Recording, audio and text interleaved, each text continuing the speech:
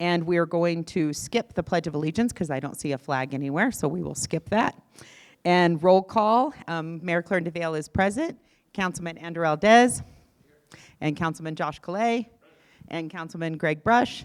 And I do not see our other council member, our new council member, Elena, is not here. Okay, and so we have a consent agenda. And did anyone want to remove anything from the consent agenda? Okay, seeing none, do we have a motion? First by Josh and second by Greg. All those in favor, aye. Any opposed? Okay. And then we are now on to our workshop items, which is the first item is the Tusayan Drainage Master Plan Project and Update. And I'll just go ahead and open that I really want to thank all of our Coconino County partners. You want me to stand? What do you? Yes. Okay, I'll stand. I'll stand. Lucinda says I should stand, so I'll stand. So I really just want to thank all of our Coconino County partners in this whole process and all the contractors that they have been working with as well. And our town engineer as well, Jack. It's been a lot of work, and we started off with a whole lot of ideas, and they've limited them down to still quite a few options. And but all these are just preliminary, and you know, I'll let the experts explain all those things, but I just really want to thank them for what the process has been with them being in charge of our flood control. They're just amazing partners to have, and it would have been can't imagine Tusayan going through this process without their expertise and leadership. Good evening, everybody. My name is Patrice Horseman, and I am the chair of the Coconino County Board of Supervisors, and most importantly, the supervisor for District 1, which includes Tusayan and the south rim of the Grand Canyon. It's great to be here. It's wonderful to be here with the mayor and the town council. We have worked so long and hard here as a county with your wonderful leadership, as well as with community members, on this drainage master plan that's going to be discussed here today by the experts, of which I am not one, but I am certainly here to listen and learn and to hear from you and to get your input. So thank you for being with us this evening, and we look forward to a great discussion and to hear from you. So thank you so much. Lucinda? Great. All right, good evening. It's great. Sorry, we had a set of meetings today. I probably would have moved all the chairs forward. I apologize that we didn't do that and make this a little more intimate. But thank you for taking the time to join us this evening. I'm Lucinda Andriani. I serve as the Flood Control District Administrator for Coconino County. And as noted, you know, we've been frankly engaged in looking at the flood risk here in Tusayan for several years now, a few years now, and been working really closely with the council and with Charlie as town managers. Just been great to work with, and Jack, the town engineer. But it was really them, I'll say, Charlie and Jack, who went after the grant and secured about a $2.4 million grant through the State Department of Transportation, through the State Transportation Board. It's a SMART grant that then provided the funding for us to move forward to develop a very detailed drainage master plan for the Tusayan area. And so that's been underway now for a few months, and a lot of work has been accomplished, and we have a lot more work to go. Chris the project manager, Chris Stuza with Civil Tech Engineering, will walk through what's involved in this process, and then they're going to share where we are. We're still at a preliminary conceptual phase, but really the next step is to narrow down what are the possible mitigation measures, flood mitigation measures that we want to take forward through the process, a three-phase process. I think some of you may have been at prior meetings. The flood risk here in Tusayan is really significant. We're looking at 10,000 cubic feet per second of water in a 100-year storm. That, if anybody's been to Lee's Ferry on the Colorado River, at most summers, that's what you see. It's a lot of water. And so mitigating that volume of water is very, very challenging. But we've got I think, a fantastic team, and we've been working, closely. ADOT is a member of our engineering team, and of course the town engineer. And I think we're making some really good progress. And you'll see some, there's a lot of challenges, but there's also some, I'll say, some bright spots that are going to get shared tonight. It is important that people are involved, and we know, it's difficult for constituents to get out and residents to get out for meetings like this, but certainly I ask that you share the information with others and know that the information will all go on to the Flood Control District website. We'll load up the presentation as well as we're recording the meeting, and the recording will be there too, so if people are interested but couldn't come tonight, certainly refer them over to those sources. A lot of information there, and that will be the ongoing repository for information as well. One thing that you're going to see tonight is we're looking at measures both above town, meaning upstream of town, and the Coconino Wash primarily, and the other washes that come into Tusayan. We're looking at primarily what you would think of as detention basins, retention basins, those types of facilities that slow down the water, gather up the water, slow it down. I just want to emphasize, and you'll hear this probably repeatedly tonight, that those are critical to whatever we can do to mitigate impacts within the town. And Chris will get into a lot more detail, as will Joe, talking about what we call on-forest measures, but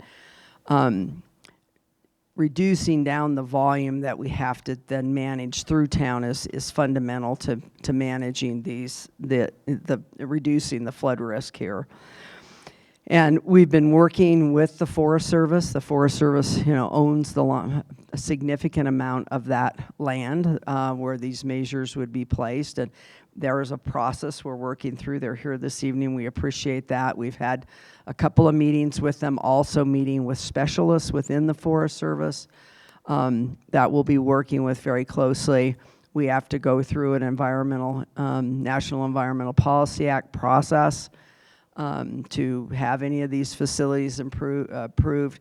We have not submitted anything to them yet to start that, but we've been working with them, and they've been extremely cooperative. They've been very helpful in getting us the information that we need to be able to make decisions about feasibility of measures, as well as to be able to put that package together to submit to them. So it's not in their court yet. It's still in our court, but we're working really well together. And I think we've got frankly, a pretty long relationship with the forest here. We've done a lot of forest restoration in the Williams area, and I think we have a great partnership there, and we're hoping we can move some of these projects forward, of course. So that then leads to cost. How are we going to pay for all of this? This is going to be a pretty expensive proposition, probably somewhere 20 to maybe upwards of $50 million investment. That funding can't solely come from the district nor from the town.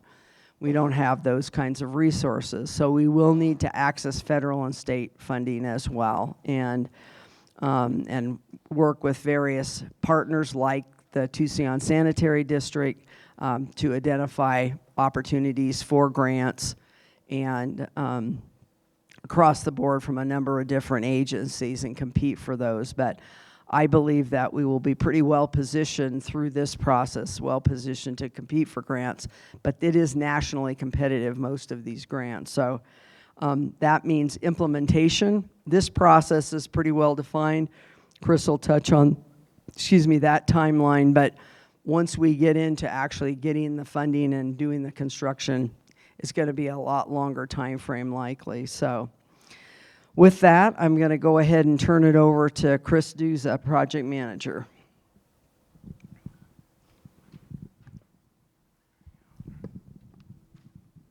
All right, thank you, Lucinda. My name is Chris Duza. I'm with Civil Tech Engineering, and I'm the overall project manager for the project.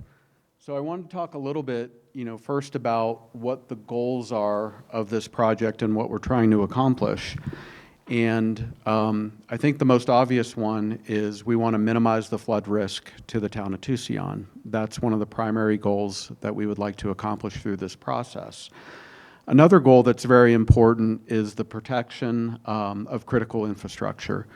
Critical infrastructure is things like the highway, schools, fire stations, and of course, the wastewater treatment plant and other utilities that are essential throughout the town of Tusayan. Safety is a big concern. Safety during flooding events for the residents, for the businesses, and also for visitors. You know, people come from all over the world to come to the Grand Canyon through Tusayan, and so we want to be able to enhance the safety for the people that come through the town of Tusayan. And of course, we want this project to provide long-term sustainable improvements throughout the town. You know, that benefit the town, ADOT, the sanitary district, the stakeholders, and the community at large. So those are really our primary goals of the project. I want to talk to you a little bit about, you know, what exactly is a drainage master plan. And so for the Tusayan Drainage Master Plan, there's really 3 phases of the project that we're working on, and we're still in the first phase right now. So the phase 1 is really developing the master drainage plan. And so right now we're in the process of developing conceptual alternatives, identifying those potential alternatives to achieve those goals that I was talking about. And there's really 2 primary components, as Lucinda alluded to, for us to do that. And those are the watershed measures, or the on-forest component, as Lucinda put it, that are in the areas upstream of the town. So those are the areas out in the Kaibab National Forest. And Joe will talk a little bit more about the dynamics and the characteristics of those watersheds and what we're planning in those areas. And then hand in hand with those measures will be the measures that are constructed through town. And we're looking at channels, storm drains, culverts, and a lot of various alignments. So as Lucinda mentioned, the improvements through town, the level of flood mitigation that's provided, or the reduction in flood risk, is really highly dependent on what we can do out in the forest. So the more water that we can hold back to minimize the volume of water that's coming in those peak discharges will give us a greater impact in the improvements that we can make through town.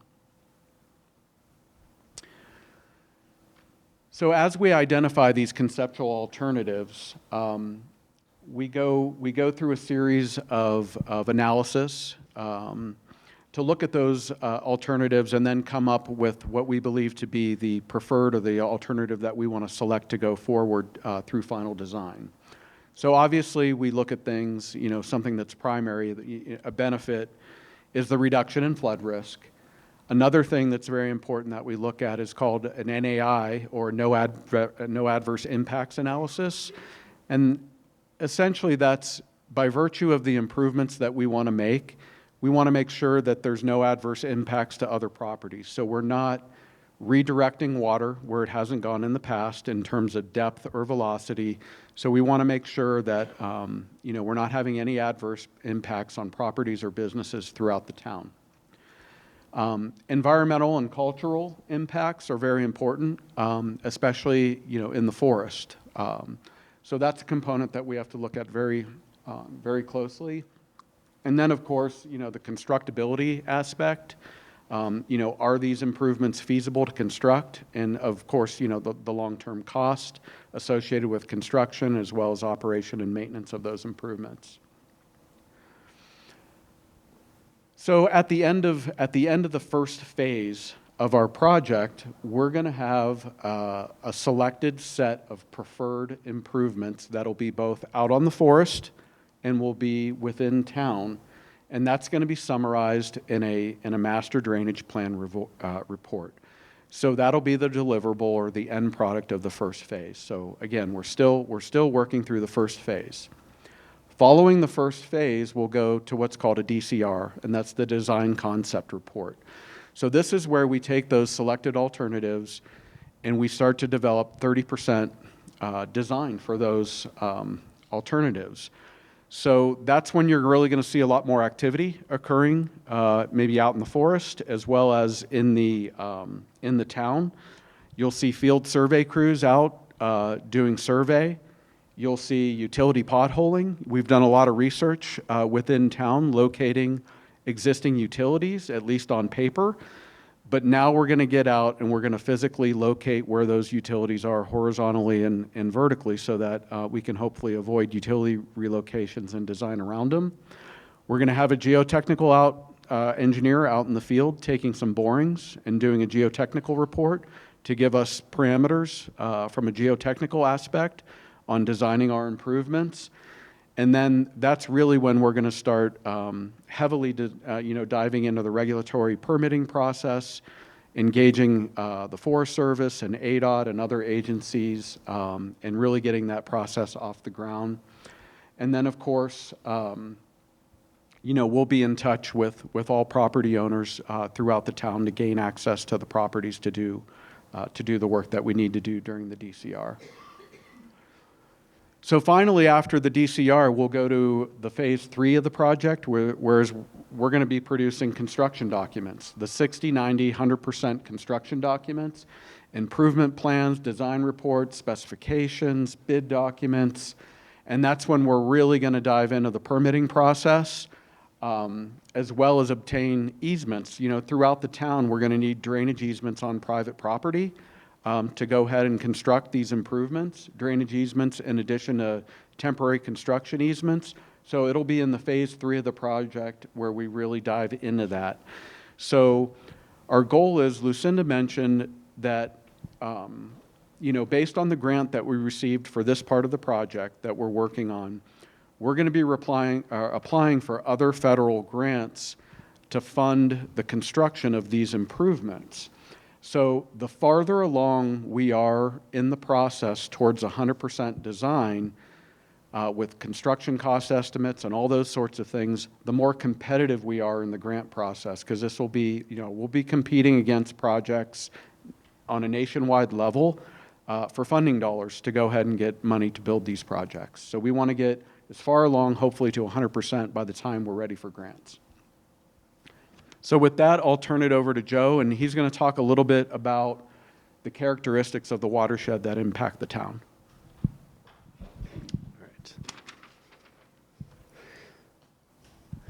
All right. Good evening, everyone. My name is Joe Lovrich. I'm with J.E. Fuller Hydrology out of Flagstaff, and I'm the project manager for our company's end. We're working with Chris on this project.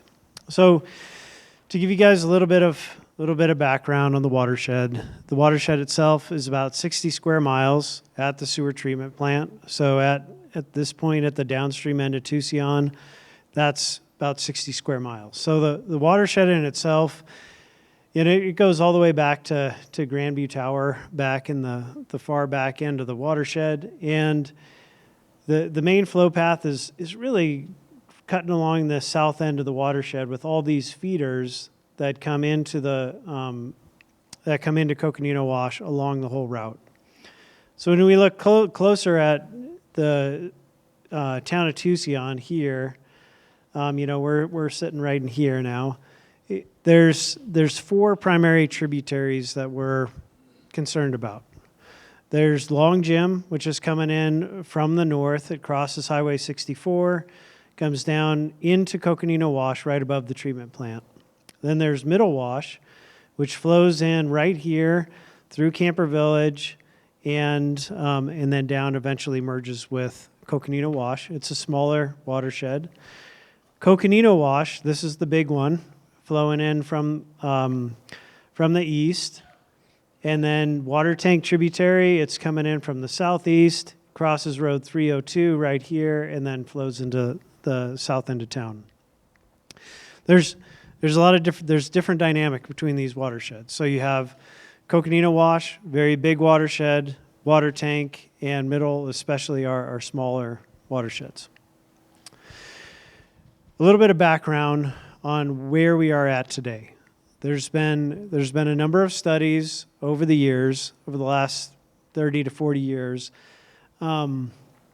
regarding what is the flood risk in Tusayan. So if you go back to the 80s with the original flood risk study, that is the effective FEMA flood zone through town is quite inaccurate. And so there's been some studies done over the years to understand, okay, what is that? What is the current flood zone? What is the current flood risk? What are the velocities? What are the depths at different parcels? And how is that used for planning in the town? So there's been some studies that have happened recently to determine the 1% annual chance. That's our 100-year event, statistical 1% chance of happening every year. And the August 22-23 flood event, 2 years ago, just about, that provided a lot of good calibration data to understand if storm happens in the watershed, are the soil characteristics reasonable that are used in the study? Are the rainfall characteristics used in the overall 100-year study reasonable? And all that's been used, so the data from that storm event has been used to help calibrate the models. Then Atkins Realis, they just recently did another third-party separate validation study on that original one. And so we're kind of at a good place where there's a solid hydrologic and hydraulic model that can set the baseline for how we approach the flood risk and the mitigation through town. So this is a graphic of what those flood results look like through town, where the colors represent depths. So, purple is over 5 feet, and then it steps down from there to blues are between a half a foot and 1 foot. So you can see Coconino Wash coming in here. Here's Water Tank Tributary. Here's Middle Wash. And here's Long Jim. So that water tracks down through town, and I'll get to this in a second, but it kind of shows how inaccurate the current FEMA flood zones are.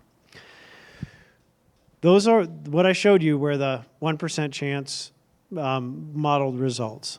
This right here, this shows a radar data from the August 2022-23 flood event. And so what we did was we wanted to double check what was happening in that in our overall watershed model. And so we took the radar data produced by NOAA and we put that back into our model to say, is this operating, is our model reacting correctly? So what you see is here, this little area right in here, this outline is the Coconino Wash watershed. This little area in here, this was about 100-year rainfall depth and intensity, so just a small piece. Averaged out over the whole watershed, this storm produced a runoff approximately equal to a 10% chance event over the whole watershed, so a 10-year event over the entire watershed. This radar data really provided some good information for our calibration. So as we step down, just to kind of bring everybody's mind back to what the water looked like as it was coming through town from 2 years ago, this is looking north towards the canyon. Here's Coconino Wash flowing in this direction, and it flows down past Holiday Inn this way. So this is where the highway was inundated. Some things to note that's interesting is during this event, I explained there's different watersheds that contribute. This right here is the Middle Wash. Right here, it's dry. The storm wasn't over that watershed. And over here off the right side of the page is the Water Tank Tributary. That one was dry too. It didn't have water. The storm didn't cover that. So this storm originated really just out of a portion of the Coconino Wash watershed. As we step down further, this is looking back towards the highway here, the Squire Inn, Holiday Inn Express. The primary flow path, you can see kind of the riffles down through here. RP Drive is underneath the water right here.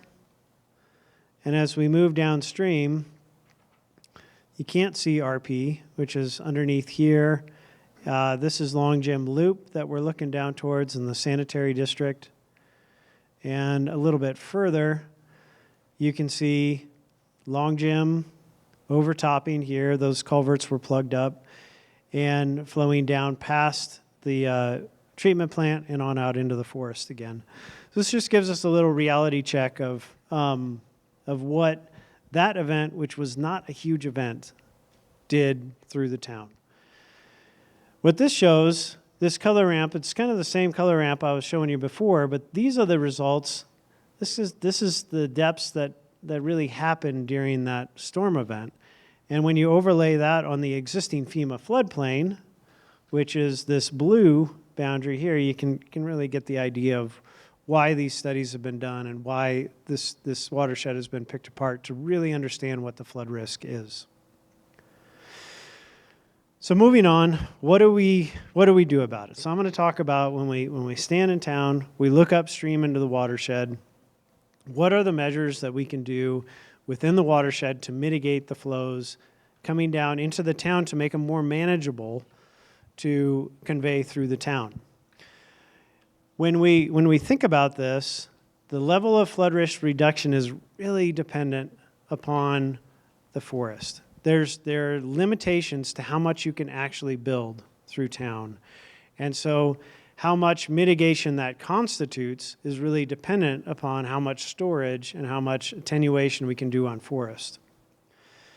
So when we talk about watershed measures, these are efforts to reduce discharges to a manageable point. And when you reduce discharges, you can either do that through detention or retention. Detention slows the water and releases it at a slower rate than it was happening previously, and retention actually stores that water on the forest. So we're looking at both of these alternatives. This map right here, and I'll have a map around after this, and we can talk more specifics about it. But this shows when we're trying to understand what we want to understand, what are the most effective places to do stormwater attenuation within the watershed. So we looked topographically, where does it make sense to dig a basin, or to put a berm or an embankment to store water? And so when you look at Long Jim, right at the Highway 64 crossing by the Forest Service office, it already impounds some water right there. So one of the options is to expand that, to provide more attenuation there. Middle Wash, right here, would be an excavation to store water before it gets into a storm drain system that then conveys that water through town and reduce the amount of water then that has to be conveyed through the storm drain system. Water tank here is raising the embankment of the 302 road as you go through there and creating stormwater detention so that it reduces the peak flow. These are all watershed measures that can happen on the smaller watersheds. Once you start moving up into Coconino Wash, you're dealing with much higher discharges, up at around 10,000 CFS for our 100-year event. Very large volumetric storms, so you're looking at many acre feet, thousands of acre feet in a storm event. And so we've looked at the most optimal places to actually put basins either along Coconino Wash or on the tributaries flowing into it. And so these could look like 20 to 25 foot high, what would end up being a Arizona Department of Water Resources jurisdictional dam classification, or it could be wider, shallower flooding that happens over the meadow portions out at 10X. So there's a lot of different ways that we can do this, and we're exploring all of the different ways that are available to us and evaluating the benefits or the drawbacks of each of those, both feasibility-wise and environmental and cultural-wise. So with that, let's see. Oh, oh. Another consideration that we looked at was the possibility of a diversion. Up at 10X, there's a low spot on River Left, like if you're looking south of the 302 road. This is a natural depression. And in this area, it's very, it's hard to see, but it's a depression, and there's a ridge line that's about 20 feet higher than the 302 road. So water will flow in here, and it'll stand in this area, like a significant volume will stand in that area, but it won't cross over the divide to the south to rain tank wash. What we've explored is is there a possibility to divert all that water? What this would look like would be excavating a 20 to 30 foot deep channel through the saddle, across the forest, and diverting Coconino wash through that into the rain tank wash. And we bring that up just to say that we've looked at all of these different considerations in the watershed, and this is one of the ones we're not recommending. There's a lot of different aspects to it, from NEPA clearances to water rights, tribal water rights and concerns. It's located in the National Monument. There's FAA considerations with introducing more water to rain tank. The actual cost of construction and getting the grants to do it, potential for litigation, and just the cut that you're going to need, the physical cut you're going to need through the land. And so we are not moving forward with that alternative, but that's to say, like, we're looking at everything in the watershed to find out what the most effective mitigation is to the town of Tusayan. And with that, I will turn it over to Chris again.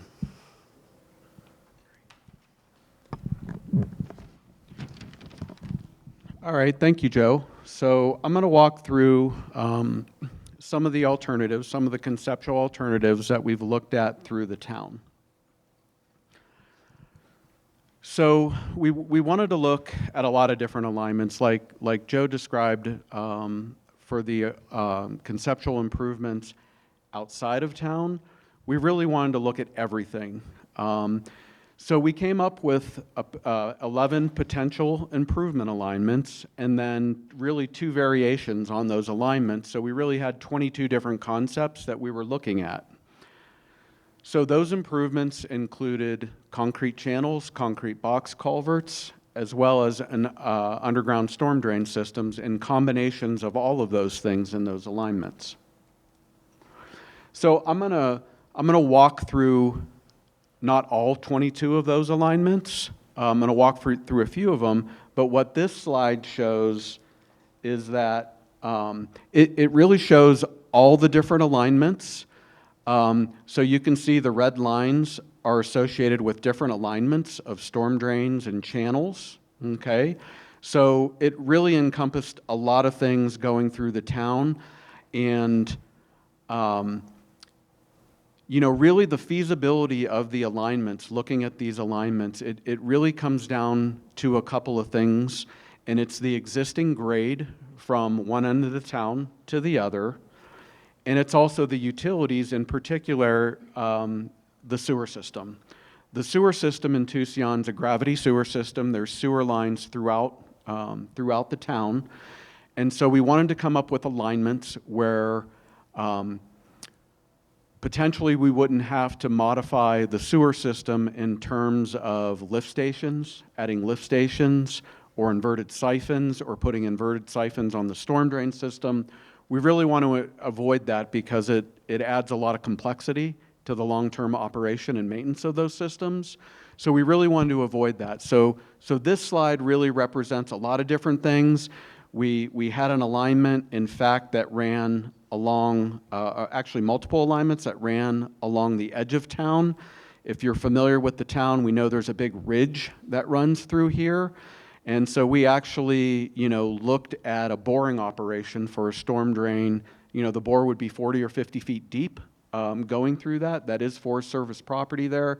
But again, we wanted to look at all alternatives and kind of leave no stone unturned with these alignments.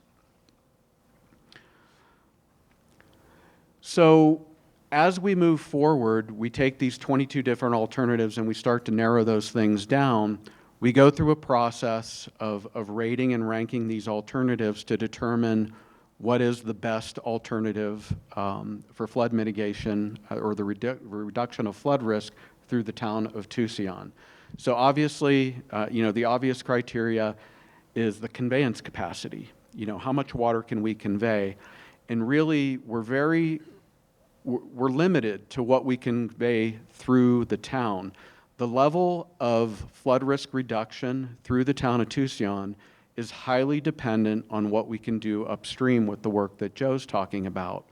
So the largest storm drain, for example, that we can put through the town of Tusayan is a 72-inch diameter storm drain. That's the largest pipe that we can get from one end of the town through the other, avoid relocating or lift stations or inverted siphons in the sewer system. But that also would include, if you're familiar with the town, the concrete channel that runs adjacent to the wastewater treatment plant. There's a concrete channel there. We would have to reconstruct and lower that concrete channel about 3 feet where it empties into the pond. And I'll show you that a little bit more specific on some slides. But then also about another 1,000 feet of grading out in the forest just to get positive flow out of there. But those are the things that we look at in terms of looking at the reduction of flood risk through town. We're looking at critical facilities. Again, I mentioned critical facilities being the highway, being the wastewater treatment plant, being utilities, schools, fire stations. All those sorts of things are considered critical facilities or critical infrastructure. We want to minimize disruptions to businesses. During construction, there's going to be significant activity going on. So we want to really try to minimize the disruption of those businesses. It's very important to ADOT, the number of times we cross the highway. Again, that's disruption to the traffic on the highway. It's disruption to the businesses within the town. It's disruptions to the national park. And it adds significant cost to our project each time we have to cross the highway. So we really want to try to minimize that. And of course, the number of affected properties, all of these alignments go through private properties through town. So in order to build these, build and maintain this infrastructure, we're going to need drainage easements and temporary construction easements. Again, the overall construction cost we want to look at as well. That includes utility crossings and conflicts, the pipe lengths and the depths that we have to put in, areas where we're removing and reconstructing pavement. And those have a significant effect on the costs. Where we get into alignments, for example, where we get over a trench depth of 20 feet, that requires specialty shoring, and it'll close to double the cost of construction when we get into that special engineering shoring. So these are all things that we look at when we look at the overall feasibility of construction and what the costs are going to be. We'd like to try to coordinate with other projects. If there's the utility companies are planning a sewer line replacement or an upgrade to a water line or those sorts of things, if we can coordinate these projects or these alignments with those projects, it's another benefit. And of course, we look at the long-term O&M costs or savings associated with these alignments. So I'm not going to go through all of our alignments, but I'm just going to kind of highlight a few of them. And this is one that we've called 5B. And so what's very important in these alignments to note, this is the wastewater treatment plant here. And the existing concrete channel runs from about here, it outlets into the pond, and it runs up to about here. It's a trapezoidal channel that runs through there, a concrete channel. So we're talking about, in order to make this storm drain feasible, we're talking about lowering that about 3 feet, and then running a new concrete channel, a rectangular concrete channel, all the way up to Long Jim. And you'll see that in all of our alternatives, okay? So this is our 5B alignment. you know, this is this is the middle wash.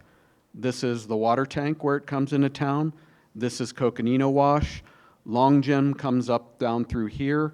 You know, it really doesn't impact this portion of town, but it does come in and it crosses and impacts the sanitary district out in this area. So in this particular alignment, you know, we're running down the highway with the middle wash alignment. Coconino Wash is coming together with water tank, and then we're running a storm drain system down RP Drive, reconstructing RP Drive. Most of, or actually, you know, all the utilities in this portion of town are out in the meadow area, so it's really better for us to run that storm drain down RP Drive because we don't have the utility conflicts there. And then, of course, that would all empty into the new concrete channel by the sanitary district there.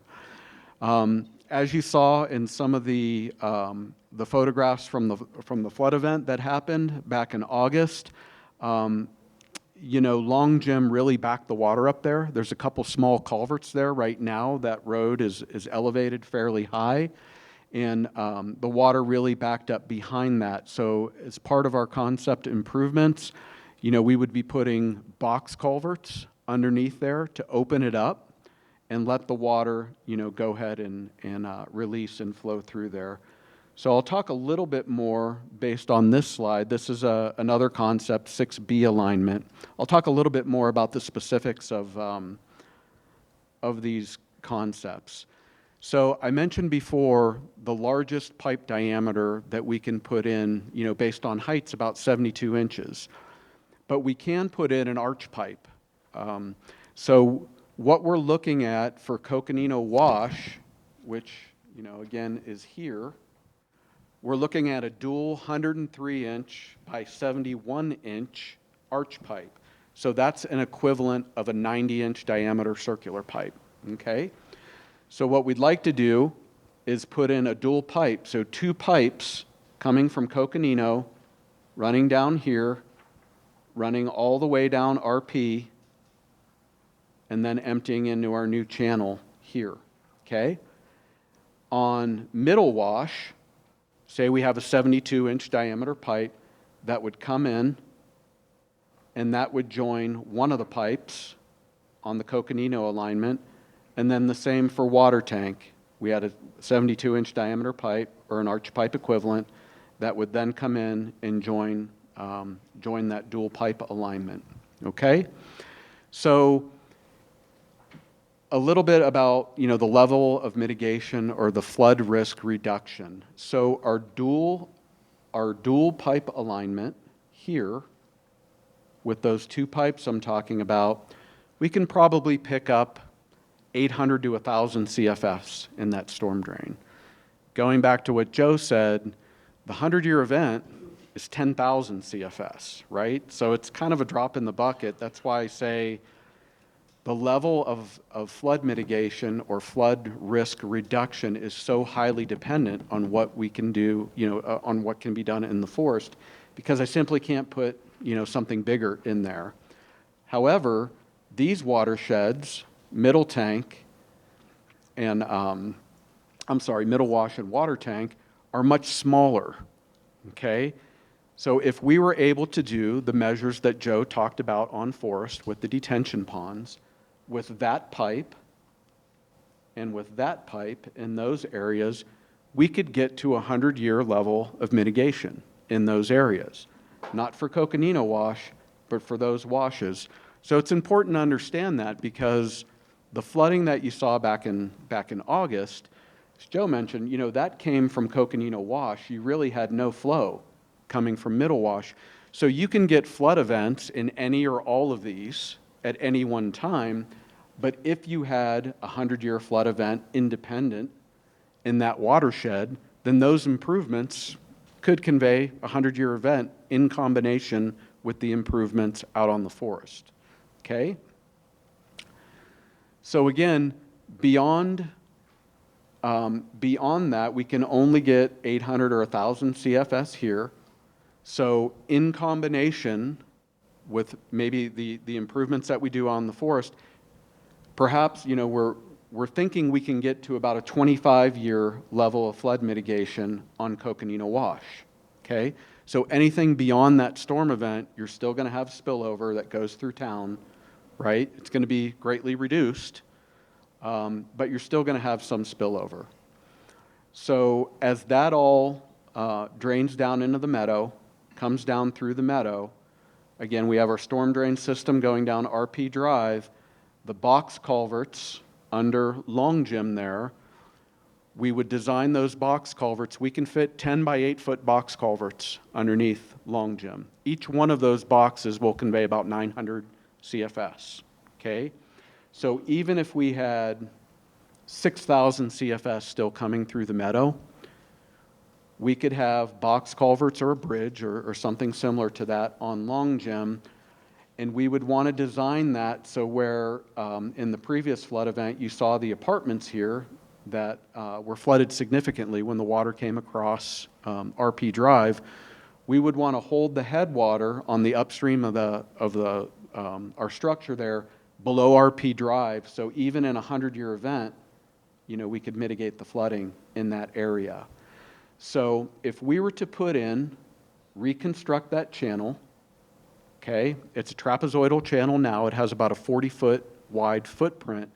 If we were to replace that with a 40-foot wide rectangular concrete channel, lower the invert of that channel 3 feet, run it back at a very gentle slope here to accommodate our 10 foot by 8 foot box culverts there. The depth of that channel, just by virtue of extending the side slopes of the channel up to natural ground, is going to be 10 to 15 feet deep. Well, that has some benefit because that channel will carry a lot of water. So we think that we're going to be able to get a 100-year level of mitigation at the wastewater treatment plant by virtue, again, it's highly dependent on what we do off forest, but with these improvements in combination, if we can do these things out on the forest, we can probably get close to a 100-year level of mitigation at the wastewater treatment plant, okay? So again, that meets one of our goals for critical infrastructure. So again, the other alignments, it's very similar to what I described with the dual pipe alignment on Coconino and the single pipe alignments. Really everything from RP on down is really the same. The difference in these alignments that I'm showing you is really the configuration of picking up the water in the 3 main tributaries that are coming through town. So in this one, it's a little bit different. We have 2 crossings along the highway. We're running along the backside of the businesses here with 2 of the watersheds coming together. Oops, sorry. With 2 of the watersheds coming, now I really did it. Oh. Got a little delay here.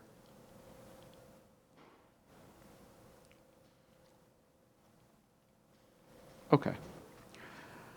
2 of the storm drain alignments coming together, and then the third one joining here down by the beginning of the meadow.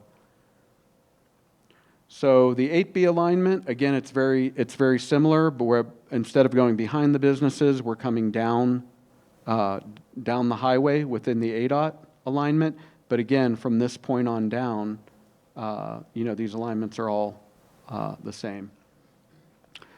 So what are our next steps in this process? Our next steps are we really have to hone in on what the selected set of improvements is going to be, and that includes both out in the watershed and within town, and then determine, how those improvements, that level of mitigation we can provide with the combination of these improvements in the watershed and in town. Once we get to that, we have to do the no adverse impacts modeling to make sure, again, by virtue of what we're planning on to do, that we're not going to cause any harm to anybody's property or any existing infrastructure out there. That'll all be summarized in the end of phase 1. That deliverable is going to be the master plan report. So this will all be summarized in that report. And then at that point is really when we really start diving hard into, we've already had conversations with the Forest Service, with ADOT, with the Department of Water Resources regarding permitting. But at this point, we really start diving into the permitting elements more heavily, okay? That's also the time where we'll be reaching out to property owners that are affected by the alignment and starting the discussion about drainage easements, about finalizing alignments. Everything that I showed you on those maps, they are alignments, but there is some flexibility to it. They're not the actual construction alignments. We can try to hug property lines. We can work with property owners to try to make these improvements best fit their plans for their property, if they have some, or existing improvements. So we'll start working with property owners, having those discussions, talking about drainage easements, permanent drainage easements, and also temporary construction easements. And then, of course, I mentioned we go to the Phase 2 DCR, where we get to the 30% design.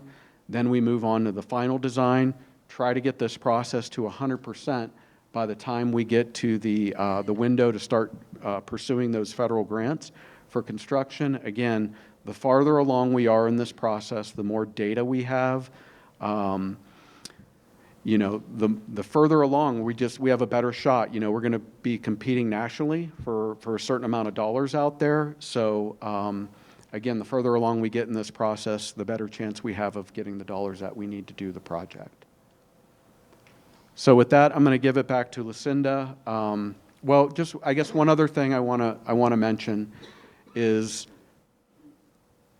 we looked at a lot of different options that I haven't talked about today because some of them really aren't feasible. But just for conversation, if we didn't do any mitigation upstream of the town, and we wanted to try to convey that 100-year event through the town, you're looking at, that would be 10,000 CFS. You're looking at a channel, a rectangular concrete channel running through town that would be in excess of 100 feet wide and 6 feet deep, at least 6 feet deep. So again, we look at these things, but they're really not so feasible. So it's really important, like I said, that we continue to pursue a more holistic approach, looking at some improvements out in the watershed to try to, make the improvements through town more feasible. So with that, I'll give it back to Lucinda. Great, thanks, Chris.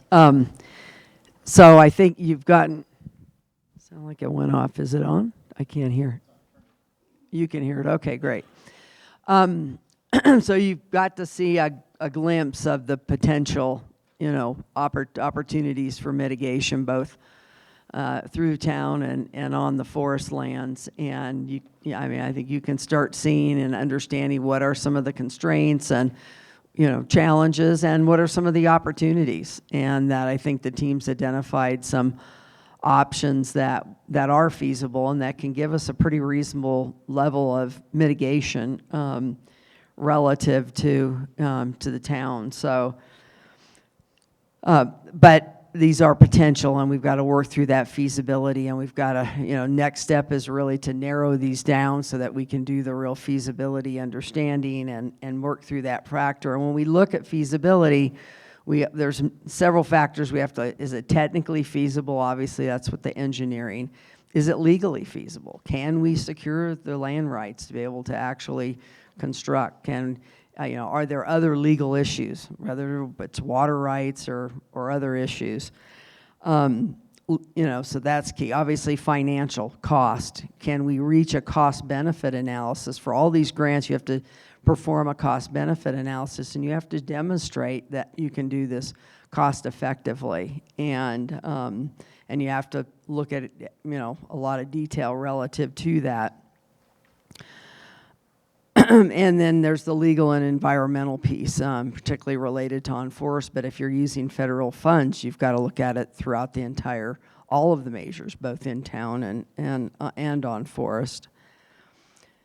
So, we've still got a fair amount of work to do, but I think in terms of where we are and the opportunity, to me, the opportunity, frankly, for the sanitary, for us to be able to get the sanitary treatment plant to 100-year, that's pretty significant because, yes, we can't get to, and we talked about this up front, unlikely we could get to 100-year for the town itself, but for the district, that's really pretty critical because you lose the plant, you've lost the city, whether, irrespective. So there's some lot of value in what's being proposed. It's going to take everybody's involvement. We've got to have the community's involvement. We've got to have ADOT. We've got to have the sanitary district, the property owners. Everybody's going to have to be engaged in this process to move a project of this magnitude forward, create the energy and the support at the congressional level. And we need to be working with our senators, with our congressional representatives, both at federal and at the state level to generate the interest in these projects and support us, with the grant opportunities and other funding. So it's really going to have to be a really total team effort to do that. So, but and again, we'll move through this process, over the next year. Part of the grant requirement is that we have to apply for a transportation grant no later than September 2026. So we've really got to pretty much culminate this process in that time frame, but then it'll be a longer term process to actually secure the funding and get the construction and those types of things done. So but we're here, and we're in it for the long haul, and it's going to be a partnership process that we're going to have to work through. With that, in terms of communications, the next slide, somebody admit, thank you. The next slide, there's some key pieces of information here, the website link, and then that's in your copy of the presentation. And then we also have a dedicated email. If you have specific questions, certainly feel free to email us. But what we're going to do now is lay out the concepts. They've got the concepts with them. We're going to lay them out on the back tables. And if people have specific questions, if we have some more broader general questions, we could answer those now. But I think what we'll, if you have more specific questions, particularly about, your property or just, the on-force measures or whatever, it's best to go to the back table and the engineers will lay those out and we can talk through those. I think that usually is the most productive in terms of answering people's questions. But and hopefully you all signed up out front. We will be doing communications, and everything will get loaded from this meeting and all future meetings. All our past meetings are already all loaded on that website. So if you're interested in past information, as well as the flood modeling study is there, and other resources related to Tusayan and flooding are there as well. So I think with that, I'll turn it over to Charlie.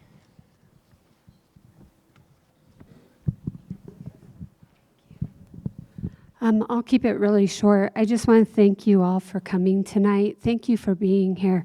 Citizen participation and stakeholder participation is really what keeps our community and our systems working. So thank you for being here. The last thing I just wanted to say is Jack and I have been participating in this process, and it's been an amazing process to be a part of. Jack is, I say he's checked the math. I know that's not the right engineering term, but he's checked the math all through this process. And so if you have any questions or are unsure about anything, be sure to talk to him. I am not so scientifically minded, but I have been a part of the whole process and have watched the process. And I have to tell you, I've never been more impressed with a group of people. And those of you who know me know I am hard to please. But I will tell you, this group of people has really impressed me.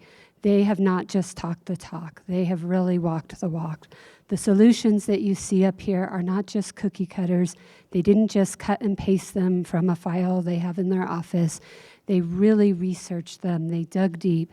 These are just a few of the many, many, many things they explored.